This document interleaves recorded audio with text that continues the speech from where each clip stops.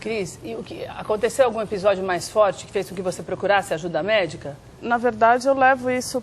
Ele está no 5º pediatra, o pediatra dele hoje é o Dr. Moisés.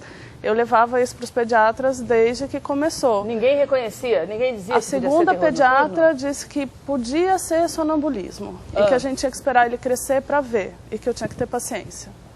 Enquanto isso, não tinha um medicamento, não tinha nada que pudesse fazer para amenizar as crises? Nada. Então, esses 2 primeiros anos, pelo menos, foi esse sofrimento todo? Foram esse sofrimento todo que você está falando? Sempre. Praticamente toda noite. Toda noite? Toda noite. Todas as noites, então? Todas as noites ele... Durante um e ano era uma e 8 crise meses, de quanto todas tempo, as assim? noites. Era mais curtas ou era mais longas? Tinha diferença? Ele já teve uma crise de 45 minutos, 45 que foi a penúltima crise que ele teve, foi no ano passado, foi antes da gente chegar no Dr. Moisés, que ele ficou 45 minutos chorando, urrando. E ele tem crises, às vezes, que não chega a durar nem 1 minuto. Não Cris, tem uma regra. Como você disse que é muito parecido com aquela menina que nós mostramos, é uma criança americana, vamos só ver de novo para quem está em casa entender melhor e muitas vezes consegue identificar até por algumas reações dela e depois a gente comenta de novo porque a Cris passou por um problema semelhante, graças a Deus não está passando mais, mas já aconteceu durante bastante tempo.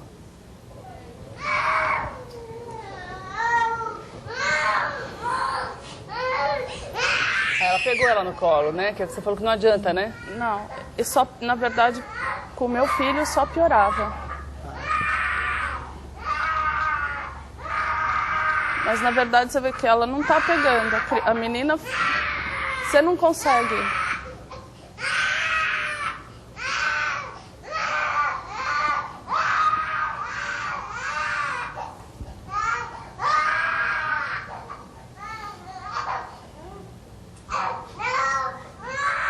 What's wrong? Honey? Tua, what's the matter? Tell me what's the matter.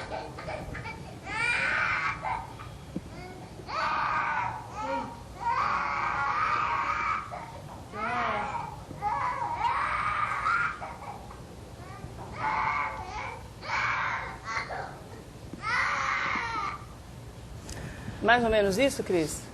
É exatamente isso. E as reações da mãe? São mais ou menos as mesmas também? No começo era isso, você tenta pôr a mão, você tenta pôr no colo, você tenta embalar, você tenta tudo que você sabe. Primeiro ano eu passei 1 ano dando peito. Era o que fazia ele acalmar, então nem sabia que não podia mexer, mas também não precisava, porque eu punha ele no peito, ele ficava, aos poucos ele ia acalmando. Não pode mexer então, doutor, quando a criança tem essas crises? Não, a questão não é de não poder mexer, é que não adianta mexer. Para entender um pouco melhor o que é o terror noturno, você precisa conhecer um pouquinho melhor o que é o sono. O sono ele é dividido basicamente em 2 fases. Tem uma fase que se chama de fase não REM, que é a primeira, e a outra REM. REM, em inglês, Rapid Eye Moving, é a fase de movimento rápido do olho que mostra que você está sonhando. Então, você está do lado de alguém e alguém está com o olho tremendo fechado, dormindo, essa é a fase do sonho. Todas essas reações, elas acontecem não na fase do sonho. Na fase do sonho acontece o pesadelo. Então, se a criança acorda, está assustada, chorando, você fala com ela, ela responde, você consegue acordá-la, nessa hora ela está no pesadelo. Então, ela lembra do que aconteceu, ela vivencia aquilo, às vezes traz alguma agitação do dia, às vezes ela traz, por exemplo, em alguns casos conhecidos até de... A criança vai entrar na escolinha, então toda essa ansiedade, ficar na escolinha, à noite pode aparecer o pesadelo. A fase do terror noturno, e esse terror noturno dá para entender por que ele chama terror noturno, e na verdade não é só o terror da criança, mas é o terror dos pais. Né? É o terror geral. Você imagina 40 minutos, seu filho gritando, você não sabe o que é, você tenta acordar, ele não acorda, você fala com ele, às vezes ele responde, mas não responde muita coisa relacionada com o que você perguntou. Tem uma agitação física muito grande. Quando você tenta conter, essa criança não se sente, ela não está consciente, ela vai se livrar, ela continua se batendo. É complicado, porque a criança pesa muito mais nessa hora.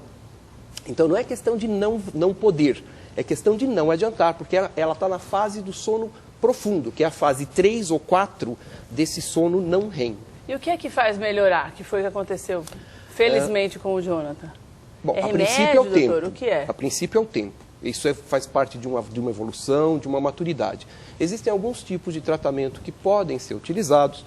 No caso, com a Cristina e com o Jonathan, a gente usou homeopatia, que a gente trabalha com homeopatia. Você pode tentar fitoterápicos. Floral, essas coisas assim? Fitoterápicos, florais, não tem uma ação tão ainda especificada. Mas então, mesmo sendo fitoterápico, é remédio, né, doutor? Acaba sendo tratamento, essa parte de tratamento, e tentar entender um pouquinho a dinâmica dessa criança. Ela é muito comum, atinge até 80% das crianças. Se você for ver o antecedente, você tem alguém com terror noturno ou sonambulismo nessa fase, nessas crianças. Então, se você tem alguém na família que tem, a chance do seu filho ter já aumenta um pouquinho. Então, é uma característica que não é genética, não é transmitida por gene, mas ela tem uma incidência maior na família. Certo.